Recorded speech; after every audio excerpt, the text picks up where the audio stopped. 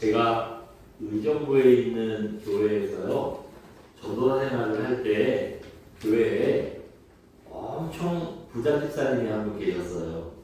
이분이 아버지가 남겨주신 재산이 많아서 부자인 건 아니고요, 순전히 자기 힘으로 자수성가하신 분이에요. 이 집사님이 뭘로 자수성가를 하셨냐면, 지금도 그 이름만 되면 알만한 그 프랜차이즈 순댓국집을 세워서요, 여기 이걸 부자가 되신 분이에요. 전국에 가맹점이 막 수백 개씩 늘어나는데, 그러면 이거 뭐 돈이 어마어마하게 들어오잖아요. 그 좋기는 한데요, 이분이 고민을 한 가지 얘기하더라고요. 뭐냐면, 그 가맹점이 너무 많아지다 보니까 맛 관리가 안 된다는 거예요. 본사에서 아무리 뭐 육수에 고기에 소스에 이거 다 갖다 줘도 뭐 이거를 얼마나 넣느냐, 또 어떻게 끓이느냐, 여기에 따라서 맛이 달라진다는 거예요. 그리고 처음 가맹점을 냈을 때에는 이분들이요, 그 정장들이 그 본사에서 가르쳐준 대로 그 폼대로 잘 하는데, 이제 어느 정도 선이 있잖아요. 그러니까 막 그때부터 자기 맘대로 하는 거예요. 더 끓이고 싶으면 더 끓이고, 조금 덜 넣고 싶으면 덜 넣고, 막 이러니까 완전히 지점들마다 맛이 달라지는 거예요. 그래서 본사에서 알려준 것보다 더 맛있으면 괜찮은데 이 맛이 자꾸 떨어지는 겁니다. 사람들이 드신 맛을 하잖아요.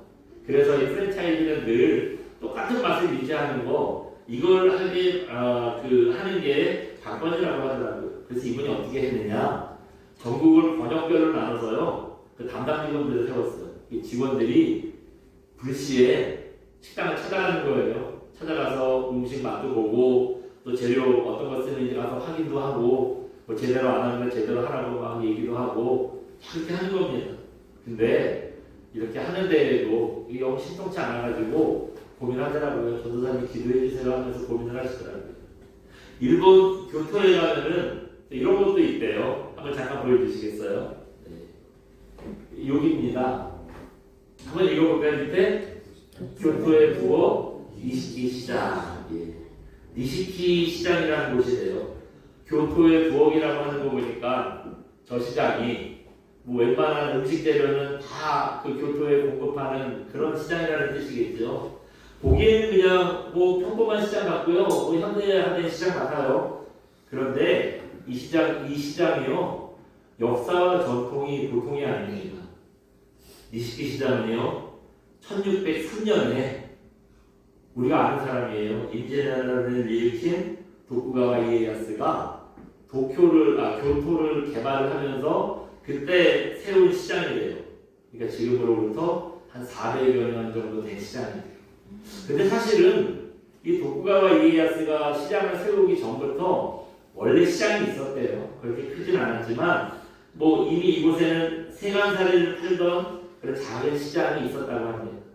가장 오래된 가게는 지금까지 있는데요, 혼수용품을 파는 겐다라는 가게예요. 몇 년 됐냐? 자그마치 771년에 세워졌답니다. 그러니까 771년 된 가게가 아니라 그 석이 771년에 세워졌대요. 그러니까 지금으로부터 1300년 된 가게예요. 여러분, 1300년 전이면 도대체 어느 시대일까요? 제가 이렇게 따져보니까 우리나라로 따지면 삼국시대, 고구려 백제 시대가 막 한참 있을 때 그때 세워진 나라의 시장이에요. 여러분, 고구려 백제 신라 도대체 얼마나 까마득한 얘기예요. 그때부터 시장이 있었다는 참 대단하죠. 니시키 시장에는요, 겐다뿐만 아니라 1000년 이상 된 가게가 5곳이나 있어요. 그리고 뭐 몇백 년 된 가게들은 수십 곳된대요. 그러니까 여기서는 몇백 년 정도 가지고는요, 오래됐다고 명함도 못 내린다는 거예요. 여러분, 한 가게에서 수백 년 동안 음식을 만들었으니 그 음식이 도대체 얼마나 맛있을까요? 네. 그 똑같은 걸 밥을 수백 년을 했으니 얼마나 기가 막히게 맛있겠어요. 그래서 저 니시키 시장에는요, 유명한 맛집들이 엄청 많대요. 그런데 저 시장 상인들한테 불문율 같은 원칙이 하나 있대요. 뭐냐 하면은 우리는 절대 프랜차이즈는 내지 않는다. 그런 원칙이라는 겁니다. 앞에서 저희가 전도사를 하던 그 시장이 말씀드렸잖아요. 프랜차이즈를 내면 그 가게들마다 맛이 달라지니까 이것 때문에 이분이 고민 엄청 한다 그랬잖아요. 여기도 마찬가지예요. 프랜차이즈를 내주면 분명히 우리 맛이 변할 거다. 지점들마다 맛이 달라질 거다. 이걸 알았대요. 그래서 프랜차이즈 내면 돈을 많이 벌 텐데 자기들이 수백 년 동안 지켜온 이 맛의 전통이 무너지는 거다. 그래서요, 저 니시키 시장의 상인들은 뭐 사람들이 이거 막 돈 싸들고 와서 프랜차이즈 냅시다 하는데요, 안 낸대요. 안 되기로 서로 뭐 그런 전통을 지켜온다는 거예요. 이분들 소신이 참 대단하지 않습니까? 딴 것도 아니고 돈을 엄청 벌 수 있는데, 네? 저 유명한 시장에 간판만 걸면은 여기저기서 막 돈이 들어오는데 그거 안 하겠다는 거잖아요. 이런 얘기를 들을 때마다 우리들의 신앙생활을 한번 돌아보지 않을 수가 없더라고요. 세상에서 장사를 해도 저렇게 돈 안 따지고 맛을 지키겠다는 소신을 가지고 장사를 하는데 우리가 주님을 따라가면서 우리가 참 너무 쉽게 세상의 유혹에 흔들리는 건 아닌지, 세상 사람들이나 우리나 너무 차이 없이 똑같이 사는 건 아닌지, 여러분 우리가 이런 생각을 해봐야 되겠죠. 우리는 세상 사람들이랑요, 여러분 뭐가 달라도 달라야 되지 않겠어요? 그래야 하나님 우리가 성도라는 말을 듣지 않겠습니까? 그렇다면 우리가 이 믿음의 길을 신실하게 가기 위해서 어떤 신앙의 소신을 지켜야 하느냐, 오늘 본문을 통해서 우리가 좀 생각해 보겠습니다. 오늘 본문에 보시면 레갑 자손이라는 사람들의 얘기가 나오고 있습니다. 레갑 자손의 유래는 사실은 분명하지는 않아요. 정확하지는 않은데 이 사람들은 원래 그 이스라엘 사람들이 아니었대요. 이스라엘 안에 그 집안이 있는데, 자손들이 있는데 이 사람들이 원래 출발은 이스라엘 사람들이 아니었다는 겁니다. 미디안 광야에 살던 이방인 중에 그 구약 성경에 이렇게 보시면 겐 족속이라는 사람들이, 겐이라는 족속에 사람들이 있었대요. 이 겐 족속 중에 우리가 알만한 사람이 있어요. 한 번쯤 들어봤을 만한 사람인데 누구냐면 모세의 장인 이드로라는 사람입니다. 모세의 장인이 이드로라는 사람인데요. 모세가 이스라엘의 지도자가 되기 전에 40살에서 60살까지요 처갓집에 얹혀 살았어요. 그래서 처갓집 양이나 키워주고 목동을 하고 있던 사람입니다. 근데 어느 날 갑자기 이 사위 모세가요 들어오더니 자기가 하나님을 만났다는 거예요. 그리고 하나님께서 나를 부르시는데 그 이스라엘 민족들, 우리 동족 그 장인어른은 미디안 사람이지만 자기는 이스라엘 사람이잖아요. 우리 동족 이스라엘 사람들 이끌고 광야로 나가라는 명령을 받았다는 거예요. 그런 얘기를 했더니 자기 딸도 나도 그럼 남편 따라서 같이 가겠다고 하는 거예요. 이드로가 혼자 남을 수 없잖아요.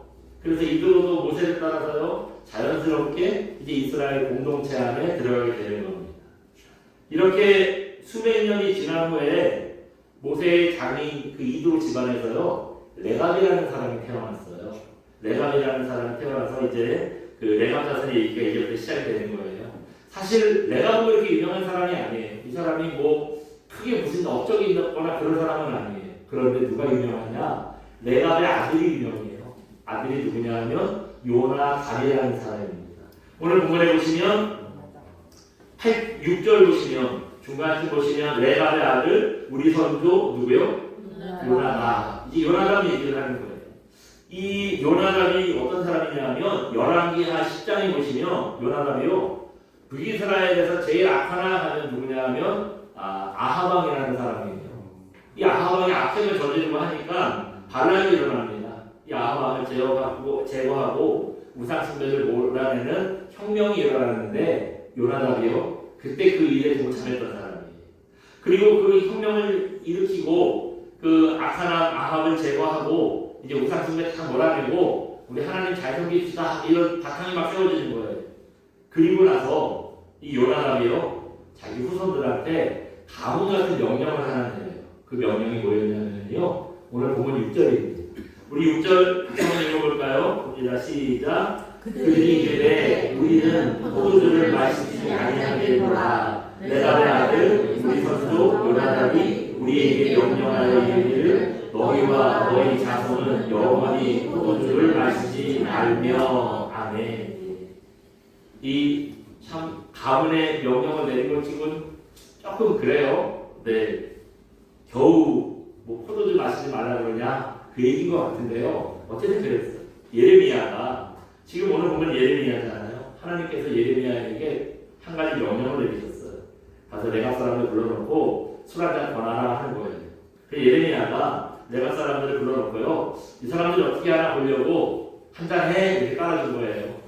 그때 레갑 사람들의 반응이 방금 6절입니다. 뭐라 그랬냐면 펄쩍 뛰면서 우리는 포도주를 마실 수 없다고 이렇게 단언을 합니다. 왜냐하면 우리 선조 요나답이 우리 집안은 포도주 마시지 말라고 가오처럼 명령했기 때문이에요. 근데 여러분 그 조상 요나답이요 술 마시지 말라는 것만 당부하지 않았어요. 몇 가지 당부를 이어서 했거든요. 7절 보시면 그 얘기가 나옵니다. 우리 7절도 읽어봅니다. 시작. 너희가 집도 짓지 말며 가족도 하지 말며 포도원을 소유하지 말고 너희는 평생 동안 장막에 살아라. 그리하면 너희가 머물러 사는 땅에서 너희 생명이 길리라 하였으므로. 아멘. 조상 요나답이요 자기 집안에 4가지를 가오처럼 명령을 했어요. 그게 뭐냐? 한번 잠깐 보여주시겠어요? 네. 위부터 읽어볼까요? 조상 요나답이 금한 것 1번 포도주를 마시지 말 것, 2번 사용하지 말 것, 3번 포도원을 소유하지 말 것, 4번 집을 짓지 말 것. 여러분 뭐 하지 말래요? 포도주 마시지 말래요. 또 파종하지 말래요. 파종하지 말라는 건 농사 짓지 말라는 거예요. 그리고 또 그 다음에는 포도원을 소유하지 말래요. 위에 포도주를 마시지 말 뿐만 아니라 아예 포도원 자체도 가지지 말래요. 그리고 마지막으로는 뭐 하지 말라고요? 집을 짓지 말아요. 레갑 자손들이 이 명령을 잘 지켰습니다. 굉장히 어려운 일인데 사실 포도주 하나는 뭐 그럴 수도 있는데 나머지 것들은 만만하지 않은 일이거든요. 그런데도요 이 후손들이 그 요나답의 후손들이요 이 명령을 잘 따랐어요. 오늘 본문에서 한잔해 그러니까 안 되자고 파촉됐잖아요. 또 술 안 마셨고요. 또 농사도 짓지 않았고요. 포도원도 가지지 않았어요. 대신 이 사람들은 양을 키우면서 살았어요. 또 집도 안 짓고요. 광야에 나가서 천막살이를 했습니다. 그렇다면 여러분 요나답은 후손들한테 왜 이런 고생스러운 일을 시켰을까요? 나는 누릴 만큼 누렸으니까 니네 어디 한번 맛 좀 봐라 골탕 먹이려고 후손들에게 이런 일을 시켰겠어요.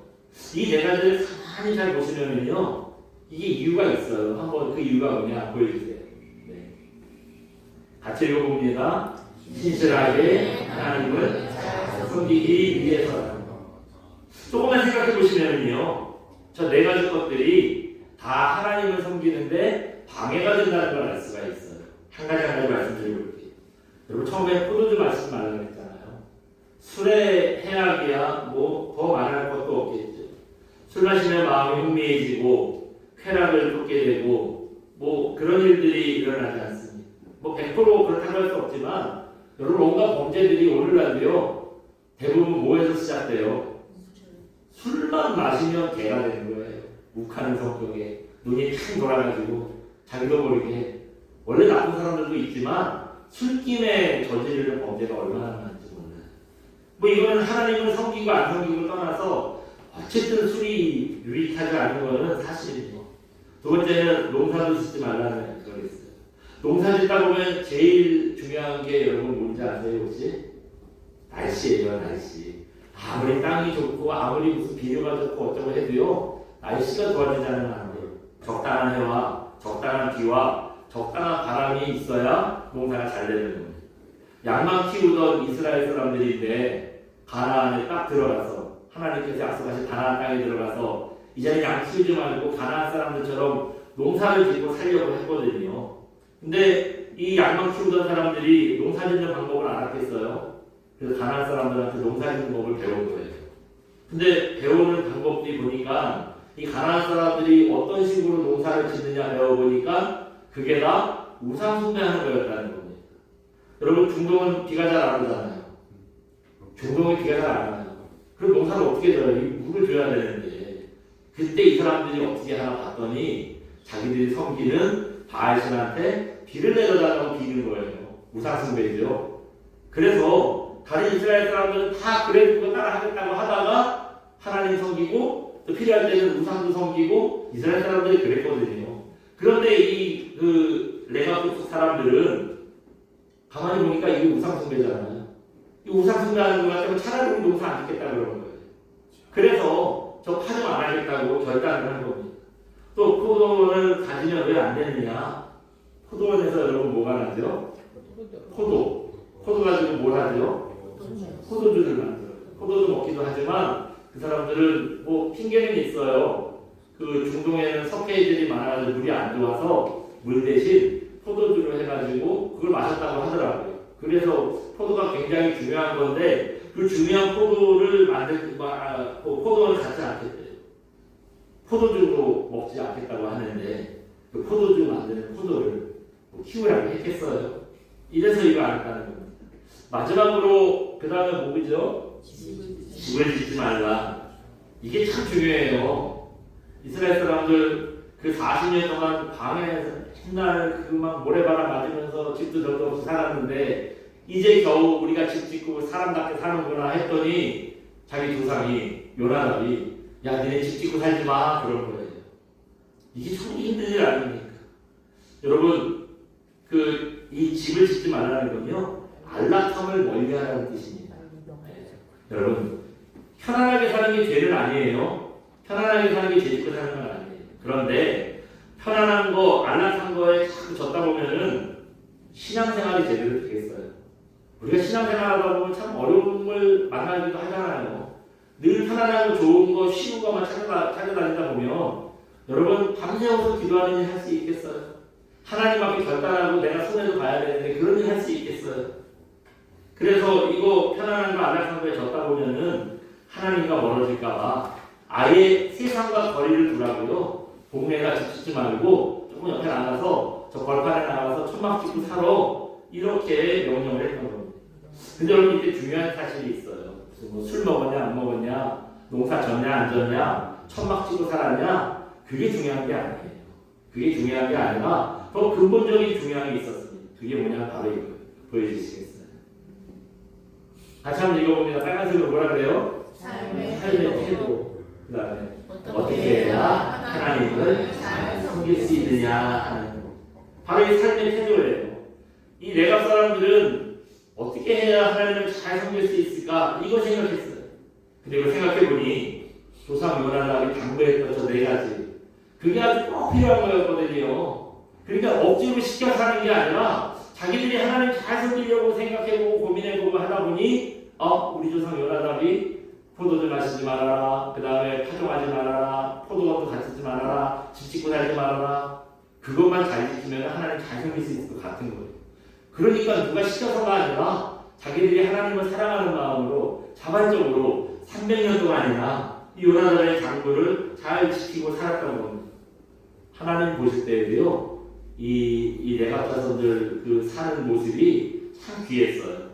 그 뒤에 18절 19절 보시면 이 예레미야의 그 말씀의 대부분의 내용은 뭐냐면요 하나님을 섬기지 않는 이방 사람들이 어떻게 망하는지 또 하나님 앞에 바로 서지 못했던 그 이스라엘도 어떻게 망하는지 그런데 너희가 70년 동안 바벨론에서 포로로 잡혀가겠지만 70년 후에는 다시 돌아올 거야 그 얘기해주는 게 예레미야의 그 전체의 내용이거든요. 그런데 그 중에서 이 35장 18절 19절 보시면 하나님께서 레갑 자손들에게는 그런 말씀까지 안 하셨어요. 뭐라 그랬냐? 앞으로 남유다가 망해서 바벨론의 포로로 잡혀갈 텐데 너희들은 신앙을 잘 지켰기 때문에 너희 집안은 그런 일이 안 당할 거야. 너네는 영원히 끊어지지 않을 거야 하는 이런 약속을 받게 됩니다. 이 레갑 자손들이 정말 남들보다 어렵게 힘들게 신앙을 지키면서 사는 이 삶의 모습, 삶의 태도 하나님께서도 귀하게 받으신 거예요.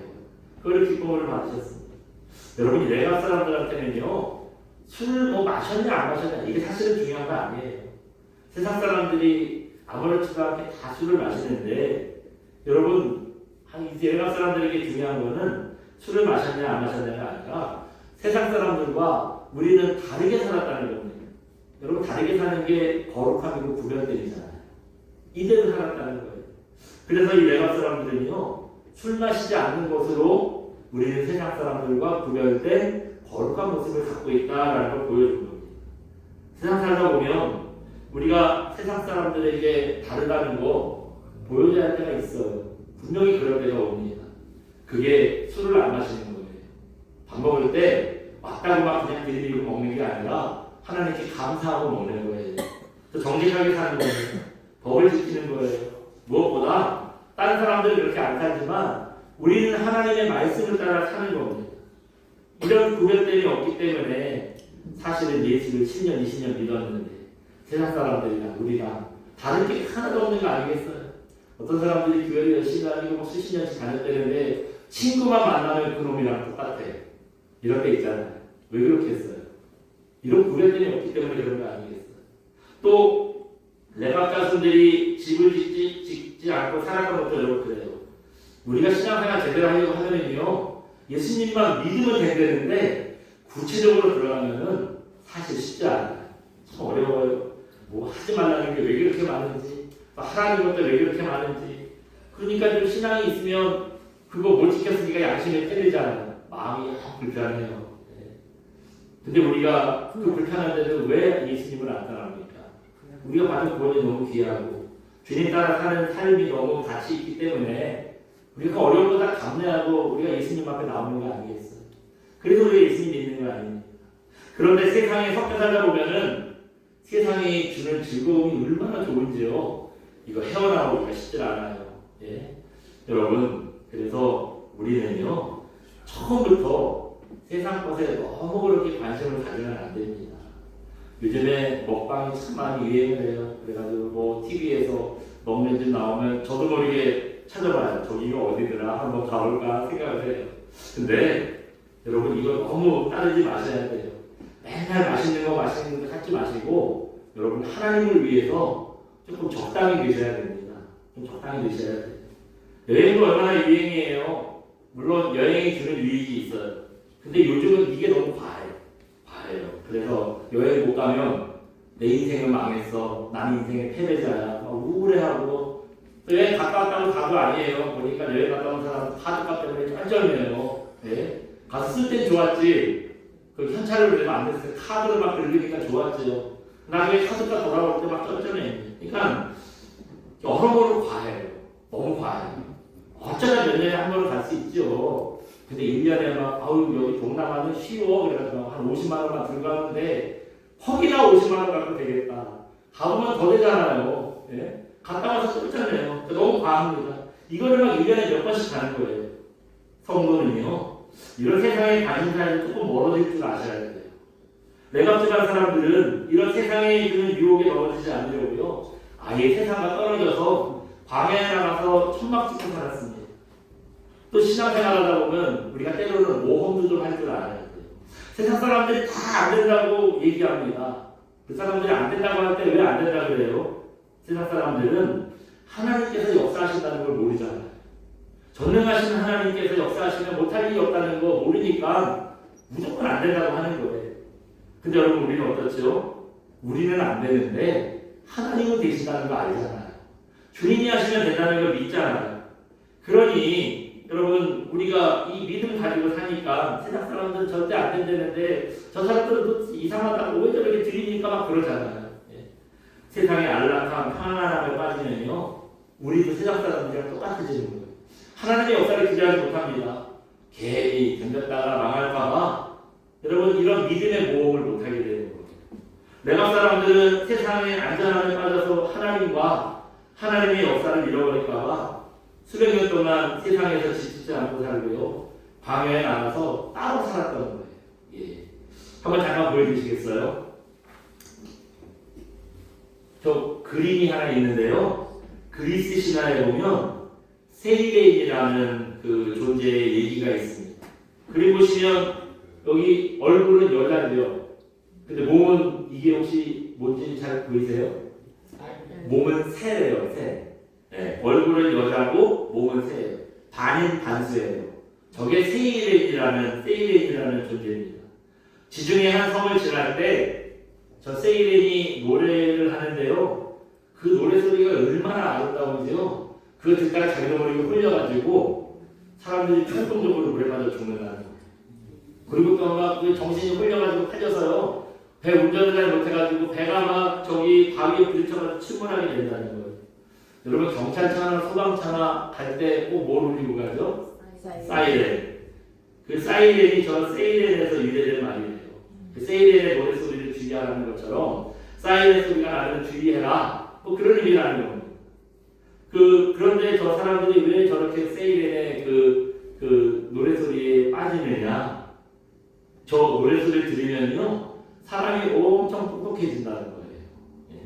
그래서 사람들이 위험한 줄 아는데 똑똑해지고자 하는 이 욕구 때문에 가서 이제 노래소리를 듣는 겁니다. 그 중에 한 사람이 누구냐면 오디세우스예요. 오디세우스라는 사람이 자기도 똑똑해지고 싶어서요, 세이렌이 사는 섬으로 배를 몰고 갑니다. 저 장면은 이제 배로 몰고 가는데 역시나 세이렌이 날라와서 저 오디세우스 앞에 노래를 막 부르는 거예요. 귀에 대고 노래를 부르잖아요. 홀리는 거죠. 홀리는 거예요.